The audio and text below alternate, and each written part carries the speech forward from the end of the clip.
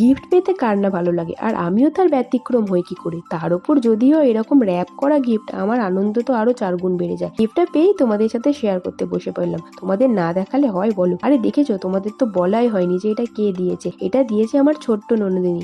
না না, রায়বাঘিনী না, সে আমার ছোট বোন।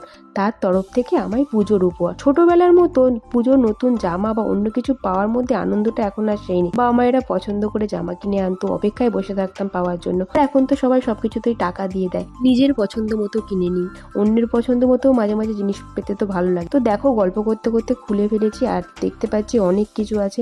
প্রথমে একটা আছে কানের দুল, খুব সুন্দর হয়েছে, কালারটাও খুব সুন্দর। এই কালারে অনেক ড্রেস হয়েছে আমার। তারপর আছে একটা ইয়াররিং আর একটা পেন্ডেন্টের সেট, এই যে কত সুন্দর পাথরের। আর আছে দুটো নেল পলিশ, কালার দুটো খুব সুন্দর। আর একটা লিপস্টিক আর একটা স্যান্ডেলের পারফিউম। প্রত্যেকটা জিনিস আমার খুব পছন্দ হয়েছে। তোমাদের কেমন লাগলো জানিও। তো চলো, টাটা।